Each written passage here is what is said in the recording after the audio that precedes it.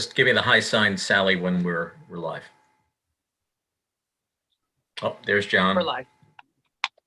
Okay. Good afternoon, everyone.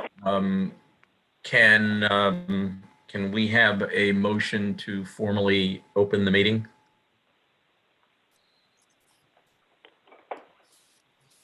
Motion from any member of the committee to open the meeting? I'm sure. Make a motion to open. Okay. Second. Thank you. All in favor of opening the meeting, please signify by saying aye. Aye. Great, thank you. So the meeting is formally opened.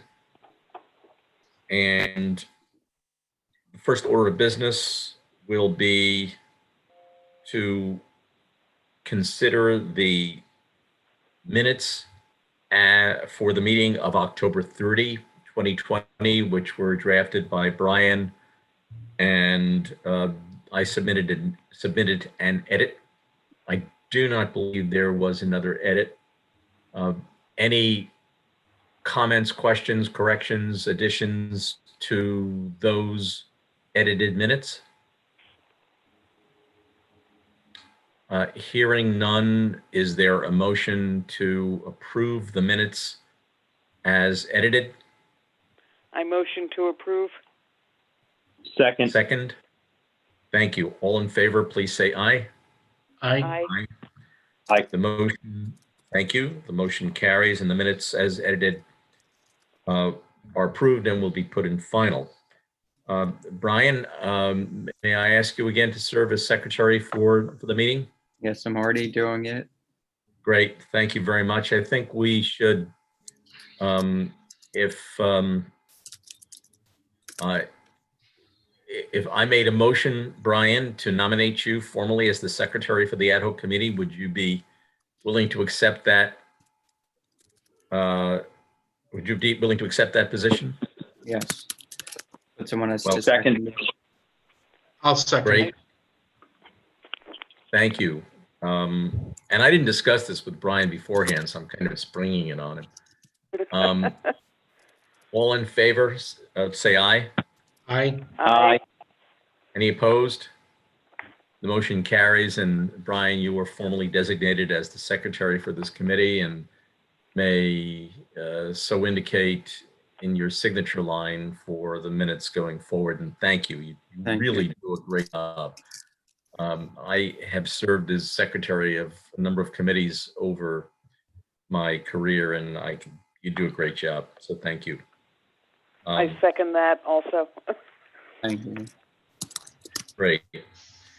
I have a question for Sally, and that is whether our meeting yesterday with the Board of Ethics constitutes a formal meeting of the ad hoc committee, or not. I didn't formally convene the ad hoc committee, and it was our meeting with the board at their formal meeting and asking a bunch of questions. Should that meeting that we had with them, should that be deemed a formal meeting of the committee? Does it matter, since we will be having a discussion about it here, and Brian composed notes of that meeting, which can either be called notes or minutes? I don't know, Dan, answer to your question, and I thought about that after the meeting last night. I can talk to our attorney or look at the New York State Open Meetings Law and get an answer for you, and I will do that. Okay, I see no upside or downside in either, since the meeting itself was an open meeting. It did not go into any executive session. They continued their meeting after we left it. And so either way works for me, and either way we will review Brian's notes and use that as a discussion piece for us going forward. It's not going to be retained in any confidential fashion. So either way works for me. I don't think it's a problem. Any other comments on that? Yeah, I mean, the notes I did, I'm sure they need a lot of corrections as I was just typing, and then someone would say something, then I would miss it. So then I got up once or twice. So I'm sorry about that. Brian, just to let you know, sorry, Dan, all of these meetings are recorded on Zoom. We have a video recording with the audio, and we have a transcript of it, so you could go back and look at to see who said what if you Okay. need to, and I'm happy to send you those links. Thank you. I appreciate it. Sure. Does that include our meetings here? Yes.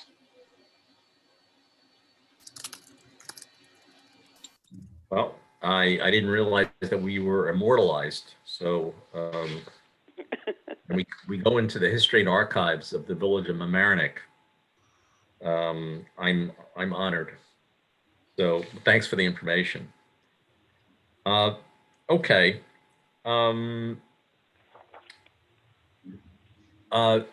Michael, thank you so much for the draft letter to go out to our various community groups and constituents.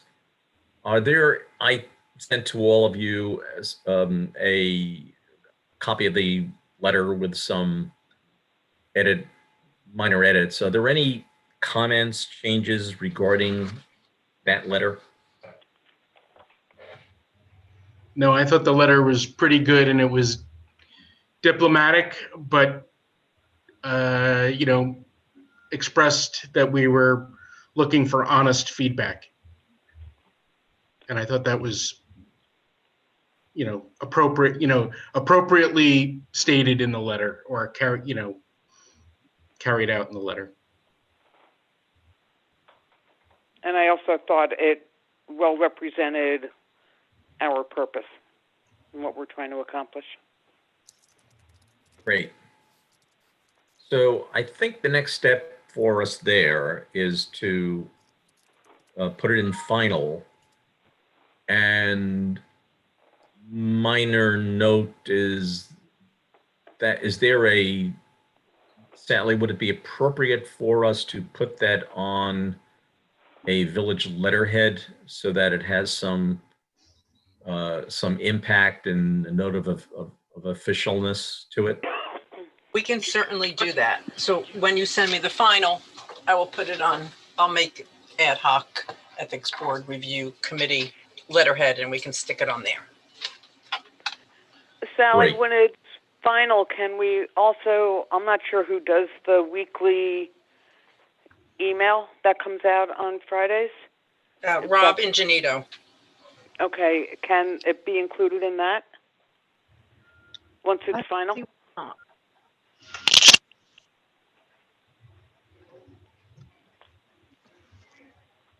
Was there a reply to that, Sally? I'm sorry, did you hear me? I think I unplugged myself. It can I be think you put did. in that weekly. Yeah. Yeah, it can be put in that weekly news blast, Ellen, yes. Great. Excellent. And I apologize, but I do not recall exactly where we were on the question of a list the village may have of relevant addressees, such as community organizations and other organizations who might be recipients of the letter. Is that a question for me? Yeah, I guess it is. We don't have an official list of organizations. I had one a few years ago. Of neighborhood associations. I don't know how up to date it is. Most of the mailings that we do here, the mass mailings, just go to every resident. I would have contact information for the Community Resource Center, Chamber of Commerce, if you need that. And the churches, I do have those. We would welcome that, and if anything, err on the side of inclusion. So to whatever extent you can send us such a list, that would be appreciated. And I think in the last meeting, I said that I would inquire of the village attorney and the clerk as to whether we can send, or I guess it would, why not send it to everyone in the village of Amerenik? If it is, would that be a U.S. Postal Service mailing, or would that be an email, Sally?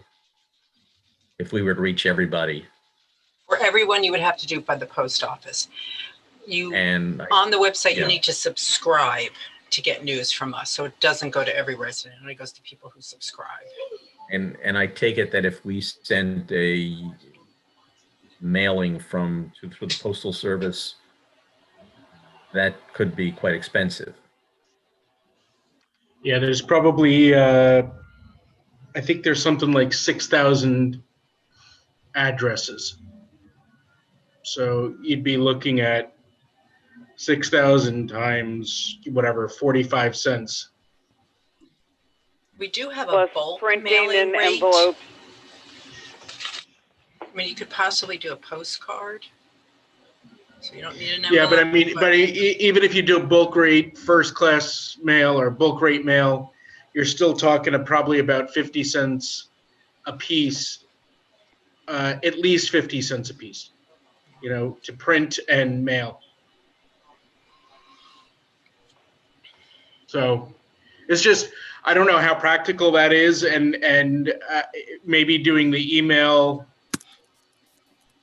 is the first step, and seeing what kind of response we get with the email might be best.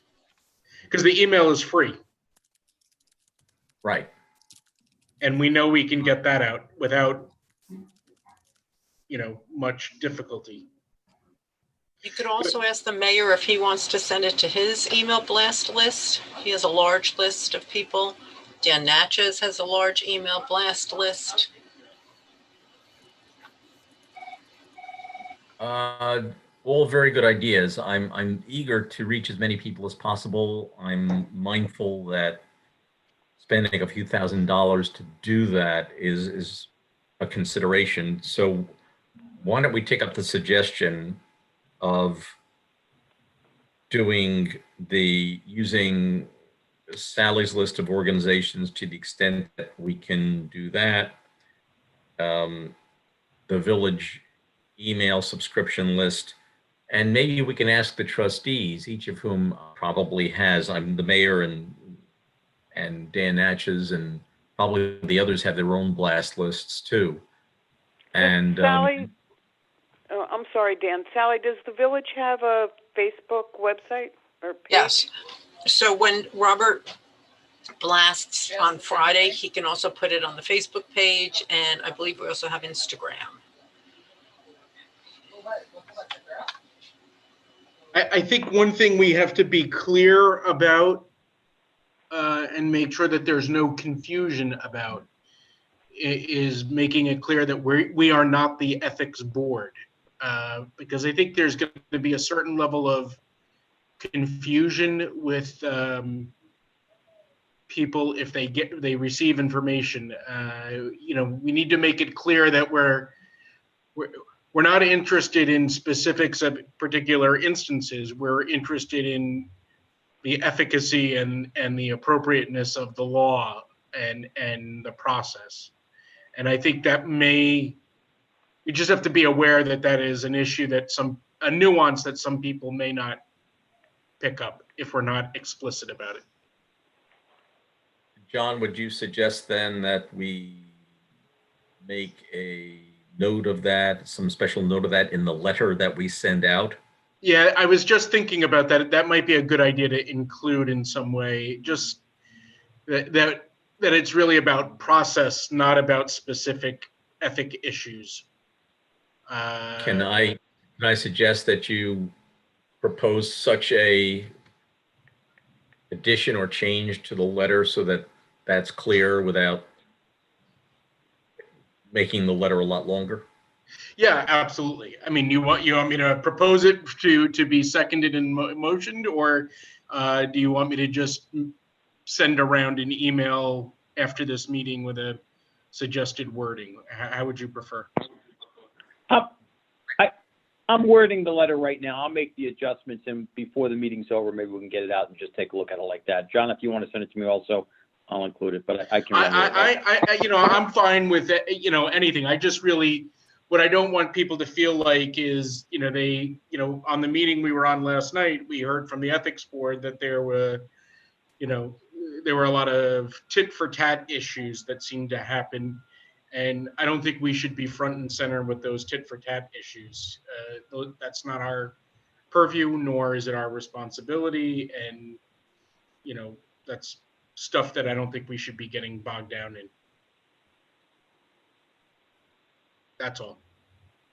So if you want me to make I make a motion that we note somewhere in the letter that that we are evaluating the process, not looking for specific instances of ethics lapses. Second the motion. All those in favor, please say aye. Aye. Aye. Aye. Any opposed or discussion on the motion? Great, that's carried. And I guess what we decided, Michael, you'll make the change and send it around to us? On it now, Mr. Chair. Great, great. And maybe what you can do is just read it to us and add it, and so we can do that efficiently. Okay. And if I haven't said it already, I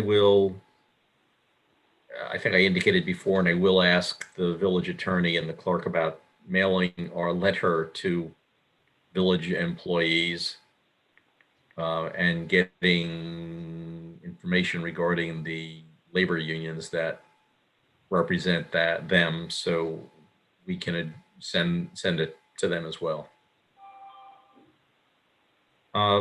Okay, any further discussion on the letter or the communication of the letter?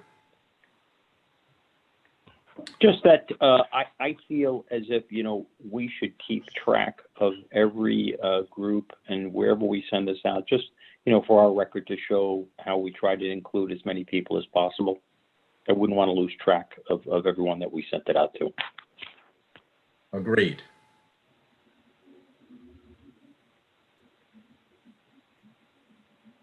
Once we marshal all of the various groups and methods of communication, we will make that entry into the minutes. However it's done, if it flows to me as chair, I will make sure that that's in one list, and you have it, and that it's in in our official minutes, so that we have a record of that. Okay, moving on, I'd like to discuss a review of any individual committee member tasks that we discussed last week, and that would be looking into other codes of ethics, looking into training. Any reports? I know it's early, but are there any reports or comments on that? So I had two takeaways from last week. One was to pull Code of Ethics policies from surrounding municipalities, and thank you, Sally, for making the copies for me. So I've pulled 6. I have Larchmont, Town of Mamaroneck, Scarsdale, City of Rye, Harrison, and Port Chester. Just looking at the length of policies, ours are much longer than all the others, so I thought that was kind of interesting, but I haven't gone through the details yet. The other takeaway I had was on training. I reached out to Danielle Gilliard. She forwarded my email to Jerry Barbario, the village manager. And what my question was, did they know of anything that the state or county offered for ethics training on an annual basis, or could they point me in the right direction to do research? Followed up with Jerry late yesterday afternoon, and he forwarded the invitation to me for the conflict of interest training that took place Thursday morning, so which I had attended. So no real information there. However, in the conflict of training session, the gentleman who gave the course said to conflict of interest training session, he provided his number and said to feel free to reach out to him with any questions. So I will call him and ask if the state offers anything on a regular basis, so we could take it from there. Great, thank you for that. Mm-hmm. Any? So hopefully by any- next week I'll have more info.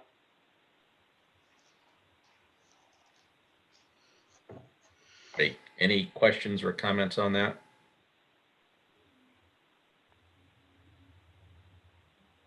And Michael, I've just received your proposed additional sentence, which reads as follows.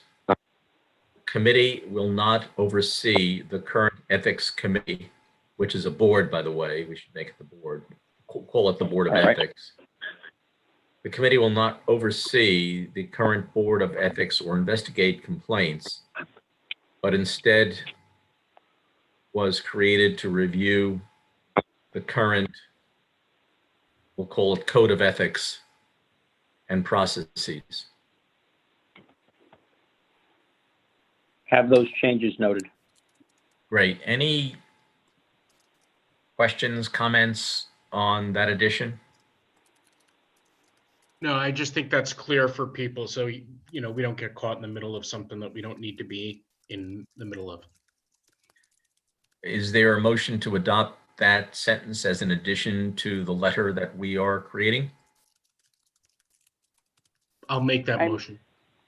Second? Second. Any discussion on the motion? If not, all in favor, please say aye. Aye. Aye. Any opposed? The motion is carried. Michael, thank you for that quick work. Moving on, I believe I copied you I sent an email to the village attorney and the clerk to ask their opinion as to whether we as a committee or individually may meet with individuals who wish to communicate information to us in confidence, and whether we can keep the identity of such individuals confidential. I have not heard, I have not received a reply yet. I have given this a lot of thought, and I think that we should have the ability to meet with people who wish to share information with us in confidence. My reading of the open meeting law and of the state whistleblower law, in doing so, I can't quite slot in an authorization for doing this, but my research on that was very limited, and I'm hoping that the village attorney or the clerk will have a view on that. I think we should be able to do this, especially in light of some of the comments that were made yesterday afternoon. Are there any thoughts about that? I actually disagree. Given the scope of this committee, we're only supposed to make recommendations. If the person, like, say, wanted to make a addition to the code of ethics because of a previous situation, then I guess they could just give, like, I don't know, or make it a hypothetical. I just don't believe a person could ask to meet with us in confidence just to make a recommendation to a code of ethics. I just don't agree. Yeah, I think the only way they can meet in confidence, the only ways confidentiality would be sort of carried out or can be effective is if we have authority to do anything, and we have no authority. We're making recommendations and suggestions. So I'm not sure what sort of, we don't have the power to impact somebody's, job or their situation. So, I'm not sure that confidentiality would be illegal, that we would be in a situation where open meetings law would allow for confidentiality. Okay. Any other views on that? All right, well, I just, it's hard for me because I recognize and respect that I'm dealing with attorneys, and I certainly don't want to go against anything that you guys are saying, but I just question if it's a privileged communication and somebody tells me I have to, tell them what this person said, I can't keep it confidential. And so I don't want to mislead anybody in the public that if they come to me and say, I want to keep this private, I can't. Right, but as much as I think that's an important point, if we're making it clear that we're looking at process, not specific incidents, where is this confidentiality need coming from? I agree I'm just that it's confused no in what. process.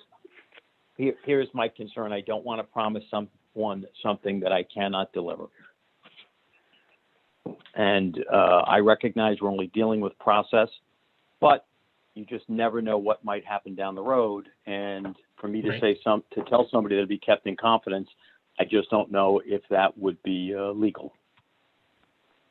And also, like, hypothetically, and I'm not doing this to be funny, but hypothetically, somebody comes to us and tells us, a background story about a situation that occurred to them. That's one thing. If they tell us a specific situation that occurred and is ongoing, that puts us in a position where we are, we're agents of the village and we now know something. We can't let that person know that their confidentiality is going to be, maintained, because clearly if we know something if they come to us and tell us specifically what, that there's an ongoing situation happening, as a result of being a member of the board, a subcommittee of the village or a committee of the village, we're obligated to share that information. So I don't, we can't tell somebody that they have the ability to come to us in confidentiality, and then when they do come to us with something that is a potential problem for the village, we can't not tell somebody who can carry out a remedy of some way. And that's the problem that I find. And I think letting residents or people come to us who are looking for it, part of what concerned me last night yesterday when I was listening to the meeting with the ethics board, a lot of those questions that, a lot of the issues that seem to be coming up with the ethics board, those are not issues that the ethics board should be addressing. That's the village attorney's responsibility. well, that's a good segue into the next discussion. But before we leave that, I'm very interested in hearing your view on that as to what you meant. But if hypothetically If an employee comes to us and gives us a hypothetical situation, that's one thing. We can take that information and say, okay, the process. I understand what the problem is with the process. If an employee comes to us with a specific information about a specific instance that is ongoing, not not something that's already been addressed and answered by the ethics board.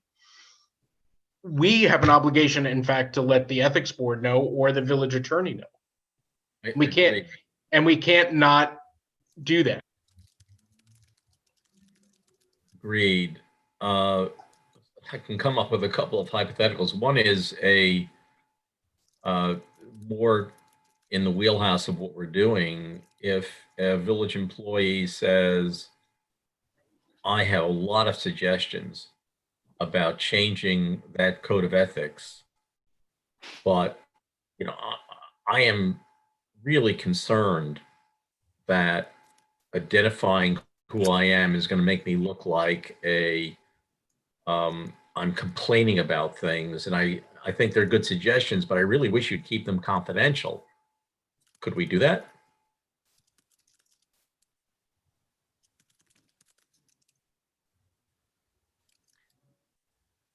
I kind Well, of if you're, feel like someone's making a list of suggestions.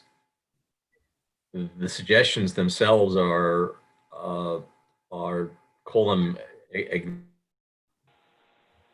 to hard philosophy, whatever. But Yeah, here's somebody who just wishes to remain anonymous. I don't see hypothetical suggestions being something, I don't have any problem with somebody being, remaining anonymous. I wouldn't say confidential, but remaining anonymous if they want to share information with us. I don't see that as a problem. But if somebody were to get into specifics, then we would have to disclose who that person is. I think you've raised a very valid issue as to reporting misconduct or unlawful conduct. But what about my more plain vanilla hypothetical about someone who says, I'm not reporting misconduct. I'm just saying I've got 10 suggestions I can make to make that code of ethics better. But I work every day with people who work for the village. I just don't want anyone to know that I've made these suggestions. Could I take those suggestions and put them to all of us here and say, look, I can't tell you who made these suggestions because they want to remain confidential. They want to remain anonymous. That's a meeting in confidence. But let me ask the question differently, though. Forgetting confidentiality, as we're getting recommendations from the community, do we need to attribute the who to any of these recommendations? If we as the ad hoc committee believe they're sound recommendations and need to be submitted to the Board of Trustees, we're the ones submitting them. To me, this is just doing a community-wide brainstorming session, in a way. Agreed, but what if... And I'm not a lawyer, so... Yeah, no, I mean, Dan, I mean, I understand your point, and I think there's a fine line there. I do somewhat agree with Ellen that we don't need to attribute every suggestion to a name, and I don't think that's. I think that's our responsibility, is to weed through those suggestions and see whether and be familiar with the code, familiar enough with the code that we could sort of evaluate whether or not various suggestions make sense. And I think that's reasonable. I don't think every person has to be, every recommended change to the code or change to a process has to be attributed to somebody, because, like you said, there may be people who just don't feel comfortable sharing that information. And there may be people who, having been a trustee, there may be people who are comfortable sharing with me that they're not comfortable sharing with the rest of this committee, or the other way around. They may feel uncomfortable sharing with me directly, but are okay having it filtered through other members of the committee. So I don't have a problem with not attributing suggestions or changes or recommendations to specific people. I don't have a problem with that. But I do believe that, if we start getting into specifics of particular issues where there may be whistleblower issues that are of concern, we have no pretense of confidentiality. All right. I don't want to belabor the point. It's at the back end of this, what we deliberate and what we record becomes subject to freedom of information. So if there are people who wish to make recommendations but keep their authorship confidential, I think we have to at least caution them that essentially everything is discoverable. Sorry, I had a let's move comment. on. Sorry. Like Go if, ahead. I mean, since we can't really meet in person with people, given the situation, and say like someone knows that one of us is on the committee and then they email us and say like, oh, I want to keep this in confidence. But I think emails, even for like volunteer members, are subject to FOIL, if I'm not mistaken. So I don't think those could be kept in confidence. If someone wanted to make a FOIL request, like I was on the traffic committee for 3 years, if someone wanted to FOIL the emails, I would have to give them back to the village on my own personal email account. Sally, are you still on? Yeah, and that's correct, Brian. Any business you do on behalf of the village, it doesn't matter what device you're on, is foilable. Right. So if I'm deleting emails, that's an issue. Yes. Aha. Okay. Yeah, don't delete emails. Please. I'll stop. Dan, my apologies. Jocelyn just joined. Great.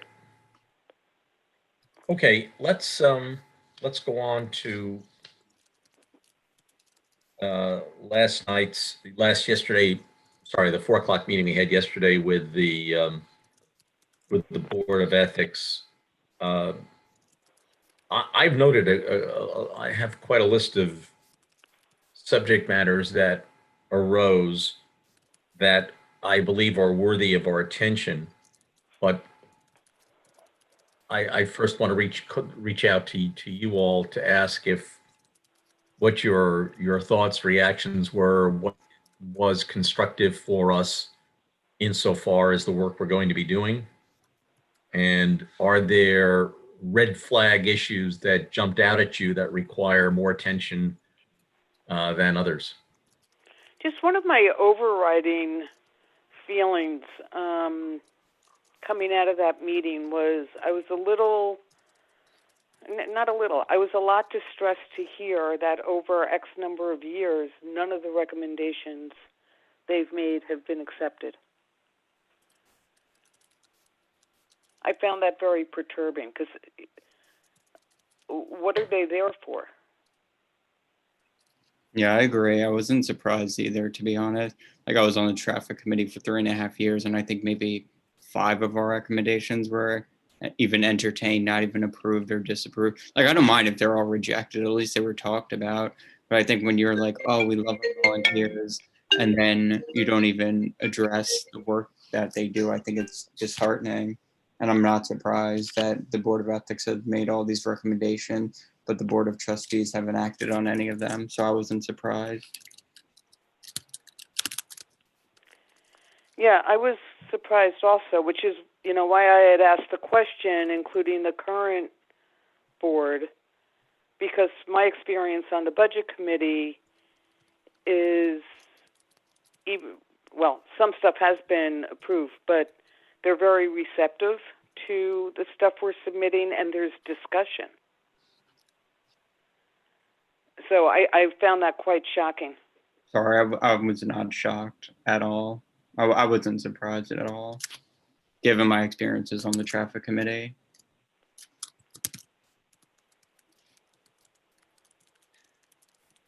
Any other comments, questions? I Go okay, ahead. Dan. My feeling is, I think we need to check with the Board of Trustees to see what their response is to sort of the same question, and see whether or not the recommendations were discussed and they chose not to move ahead, or whether or not they were not discussed. To that point, can I make a totally related, unrelated suggestion? Should we be including Nora in our weekly meetings as our liaison?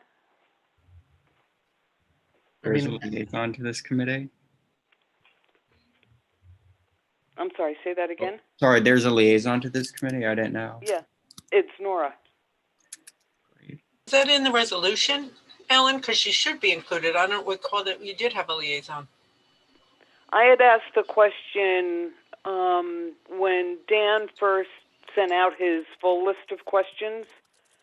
I chimed in saying, who's the liaison? And someone answered it was Nora. But I probably deleted that email. What? That's okay. Let me just confirm that, and then we will invite her going forward. Or whoever the liaison is. But right. I think that would be a good idea because whoever it is could address this discussion, about board responsiveness. Good thought. So Dan, back to the question of was anything surprising? So I don't know if I would categorize it as surprising, but there was a theme of continued reference about our charter being tied to the Goldstein matter. I wasn't sure I heard that when we spoke to the board of trustees, but so I feel like there might be an undercurrent here. I just was concerned about why, which is why I clarified one of my statements saying, questions saying there's no reason for this. I'm just asking how things have worked to understand. I don't know if anyone else picked up on that or whether it matters, but just quick reactions were that this is only we're only looking at this for, as a result of the Goldstein matter. And I'm not sure I heard that as part of our charter. And if it is, just someone clarify it for me. So when it was first announced that this committee was being formed, my immediate reaction was because of the Goldstein matter. But going further, and maybe I'm putting words into the board's mouth, or collective mouths, maybe this drove home a point that there might be gaps in our code that we need to address. So they took the specific incidents and made it broader. Right. And again, I don't think anything we're being asked to do has that as a specific, but was there a specific interpretation on the ethics board of a term used that made it difficult for them to debate a decision? Would have been nice to have heard, but I didn't hear that. And, that was just look, I just want to make sure that if there is more here and I just don't know it, I just want to just approach it. Yes, we can link two things together, that was the most recent and now we're looking at this, but just putting out there, are you anything else I don't know that we should know, or just we stick to what we plan to do and we do it well. That's kind of how I look going forward, but it just kept popping up yesterday. Yeah, and I do recall, I think it was at our meeting with the Board of Trustees, Nora or someone saying that gaps or ambiguities in the Code of Ethics were bared during that proceeding that in whole or in part prompted the need to review the code. So it is a good question as to, unless I'm not remembering the answer, as to what section of the code became problematic for you with respect to that proceeding. And that's something we can put to both without getting into the weeds on the litigation or that matter, asking the board and asking both the trustees and the Board of Ethics point us to a provision that was problematic coming out of that.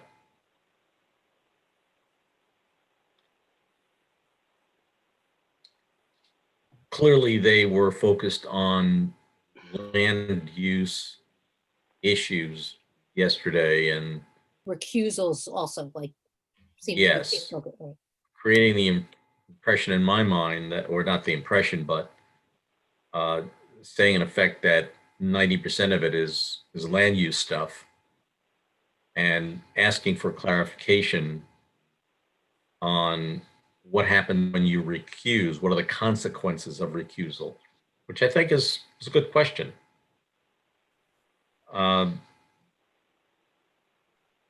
Also, discussions on training for committee members. And the other interesting issue was that seemed to be a tremendous headache for them was compliance with the filing requirements. And that the amount of work that went into trying to get people to submit annual filings. And I was surprised it was their responsibility to chase that down. Is that accurate, Sally?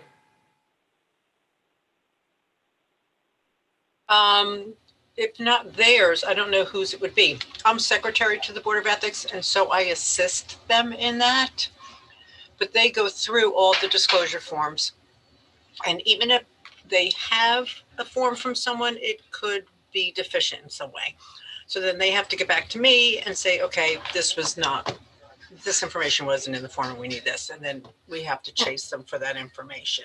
Sally, would that be for village employees and board members, like boards, or just for boards? It's for both. We have a list of the positions that need to fill out an annual disclosure form. And we do have a couple of people that do it that are not on the list, like our planners. They feel like they should be doing it. So that list probably should be looked at as well. See if you need to add or take anyone away from it. But it's both. I mean, we get deficiencies from both board members and staff. And this year, for example, we still have one person who's on the land use board who has not submitted their form at all. But going back to the planners and the issue of whether they should or shouldn't, are they licensed? Are our planners licensed? Licensed planners? Yep. Do they have they are. I think they may be, John. So then they have to file. But they're not part of the list that the board doesn't matter. Together. Our law says anybody who's licensed. Okay, I didn't know that. Yep. And I don't know if they're licensed. I mean, I know Greg was. I'm not sure about the new ones. Right, but I mean, the list existed, and I know because I was on the board when the list was created, and there was some discussion about codifying the list or not codifying the list, whether or not it should be in the ethics code. I personally thought we should have included it in the ethics code and delineated anybody who's got spending authority, or that would have to file a disclosure. So, are we talking about the oath? Or no, everybody has to sign the oath. Oh, okay. So the oath is one thing, and then the disclosure. There are two things, and I think this might be an easy recommendation for us on the back end. If we we need to obviously get clarity. Who needs to do both? Who needs to just do one, and then maybe make a good recommendation on an easy approach for that going forward. Like, do we agree this is something we clearly feel can be rectified with a little tightening of the process? Absolutely. And I also think, I mean, theoretically, the only person or only people who would be able to be seated without filing an ethics disclosure form, theoretically, would be members of the Board of Trustee. I don't know how you would, they're legally elected, I mean, it's an ethical violation, but it's still, I don't know how you don't let them take their seat. But other than that, all the other positions are appointed. But I don't think we don't have to get into what the consequence of non-compliance is. I mean, I think we could recommend something. I think we're just trying to make a recommendation. I think on some level that's exactly what the problem is. The issue of non-compliance is there are no consequences. All right, well, that clearly, we heard that loud and clear. And I'm a bit puzzled as to how in a village of our size, you can't get someone who's required to file when it perhaps is a phone call from a responsible party. And if this falls under the purview and jurisdiction of the Board of Ethics, then you're asking a citizen volunteer chair to be the sheriff in effect. And if there are no teeth, then the reaction on the part of one or more people may be, who are you? And I think we need to. I will say that when I was on the board and we had just passed this law and it was new to everybody, there was pushback to, certain positions feeling that they should not be required to fill out disclosures and on some level, the meeting that we were on yesterday basically delineated every type of officer of the village that should be covered by the ethics law, including, at the time, there was pushback by various fire department members about, they weren't the only ones, but they pushed back and said, why are we covered by this? Why do we have to do this? Why do we have to disclose? But the reality is they have budgetary responsibilities and they can spend money. And it was clearly a discussion back and forth and everybody was wavering. But if you look at the law the code and the meeting presentation that we were on yesterday, it basically spells out in there that that's not, there is no choice. You are obligated to fill out the disclosure and abide by the ethics law of the municipality that you're in if you are a deputy fire chief or a fire chief. And the other thing to that, John, their definition, the state's definition of family members is different than what we have in our village code. We are much more inclusive. We include siblings. Yeah, but we are the state law is the village law can be more restrictive than the state law. Yes.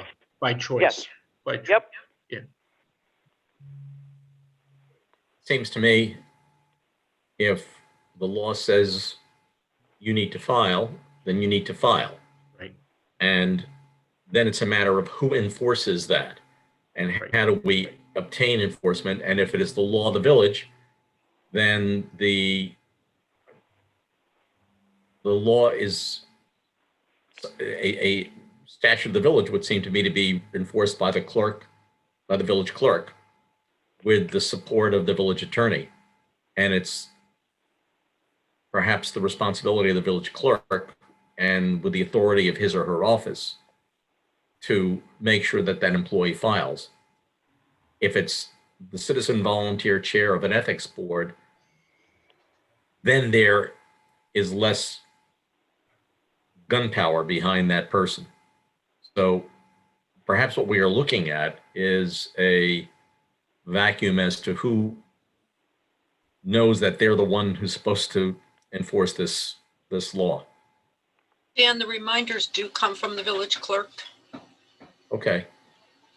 Well, if the reminders come from the village clerk, then that sounds to me like it's the village clerk's responsibility to obtain enforcement. And if the village clerk is not being complied with, and then the village clerk has a duty to inform the supervisor of that relevant employee that your employee faces discipline for failing to file. Whether It's never been an employee though, sir. It's always been board members. Always been board members. Well, then, Yeah, then there is an alternative. right. The alternative is removal, if not a village trustee, but removal of an appointed member. But I don't think the code says that. Yeah, but the code could be adjusted to say that. Right, and I think we need to do that. So that's why I was asking, is like employees versus board. Sounds like the problem, Sally, is the board. So that's what I heard. Like if it's employee, Yes. I also think not just the village clerk, just FYI, but maybe even HR. I hate, having that background of responsibility. There are different places we can recommend, but obviously we need to say you have 90 days, now you have 60 days, now you have 30 days, and then consequence or whatever the timeline is, or 9 days, 3 days, whatever. I think people are typically appointed. They know they're being appointed. And, within almost before their first meeting, and I'm sure I've been guilty of this. So, I've handed my stuff in late too. And I'm sure Sally would know. But, the reality is if it's not, it's got to be before the first meeting. Otherwise, you're really a liability for the village.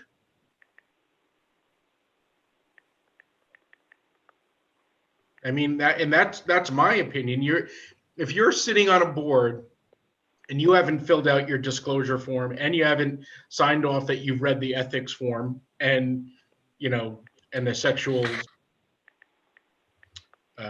harassment policy, then you really are a liability to the village if you're sitting on a dais and voting on issues. Okay, I think we have a way clear to continuing Sorry. discussion. I had a question. Yes, go ahead, Brian. Sorry, then what about this committee? Aren't we as committee members supposed to be doing disclosure forms? I know they said I think February 15th they're due. But like, what about this committee? It was set up in July. We all knew we were going to be on the committee for like 2 months. Have any of us filled out disclosure statements? I'm not defending anyone. No, my understanding of the disclosure forms are they're required of people that have the ability to spend money or that are quasi-judicial. So meaning the land use boards, planning board, zoning board.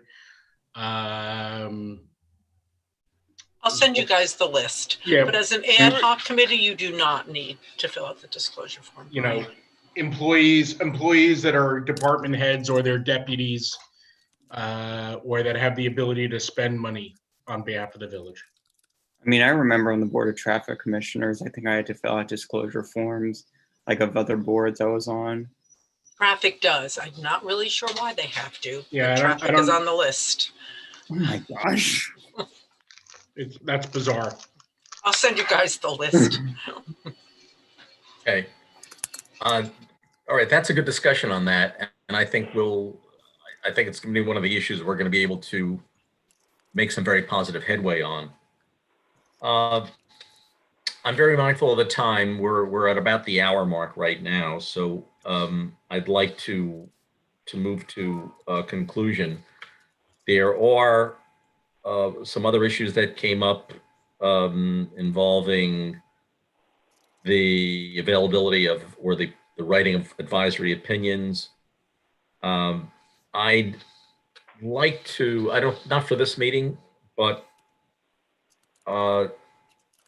what went through my mind was and I raised this question about what happens when do you give out informal opinions individually? Do you give them out as a board? Uh, I was, perhaps the issue has not arisen, but I was concerned about a situation where an employee calls up a member of the board of ethics and says, I'm going to an event tonight. There are going to be all sorts of door prizes. And can I accept them? And then the board member, because it's an informal inquiry, gives them a response, but there's no record, there's no docket of the request. And then at some later time, there's an issue that arises and the employee says, oh, but I called John Doe. John Doe said, fine, you $1,000 door prize, $1,000 door prize, you can accept it. So not for now, but perhaps for later discussion.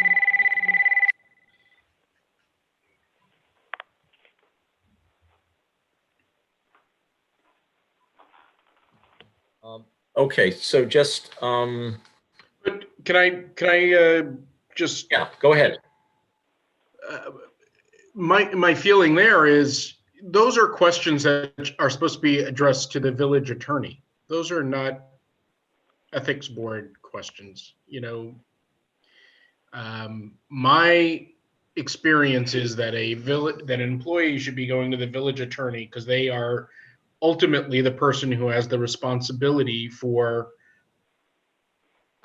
that kind of question. What am I covered for this, or can I accept? Can I go to a $200? Can I accept a $200 ticket to a dinner? Those are questions that really are for the village attorney to be answering. So I don't understand why so many of those kinds of questions are going to the ethics board, and it may be a function of not having a true village attorney. I mean, that could be part of the problem, is that we're using the ethics board as a de facto village attorney for opinions like this. All right. Well, I'd like to continue a discussion of that, and that may require some further inquiry on our part. But I think it's an issue. I think it's a potential issue about how the board reacts. I take it that maybe there isn't a reason to create a docket and record for every question that comes in, but it could backfire at some point. Absolutely. Okay. I would like all of us to start thinking about, as we start going through the codes of ethics, about at some point, I think each of us who has an interest in doing so, now that we have the code in Word document form, making some proposed changes to the language. That's not a this week question, but at some point, if we're going to be making changes, proposals for changes in the code, we're going to have to tackle language. So that's something I will ask you all to start thinking about, maybe looking at. I probably will, not probably, I will start working on proposed edits myself. It may be something of a coordination issue where we have drafts flying around, but I don't want to get into that right now. Are there any other questions, issues, or our discussion? The only thing I would add to what you just said, Dan, if anybody wants me to forward the Code of Ethics policies from the 6 communities that I downloaded, let me know. I'm happy to forward them on. Sure. Great. That would be very helpful. Yeah, Thank that you. would be helpful. All right. I'll send it to everybody. And if you don't want them, you don't look at it. Okay. And the drafting is not a now issue because hopefully we are going to be getting suggestions and comments from the community, which will factor into our thinking. Great. Any other subject matter for our meeting today that anyone wishes to bring up? If not, is there a motion that we should adjourn pending our meeting for next week? I motion to adjourn. Is there a second? I second. Okay. All in favor, say aye. Aye. Opposed? Thank you all for your attendance at the meeting. It's a very, very good meeting. Great review of the items, and I'll be back in touch with you. We'll have minutes for this meeting, and I'll be back in touch with you with some other issues that arise. So, thank you all. Have a wonderful weekend. Thank you. Thanks. You too. Thank you. Bye. Take care.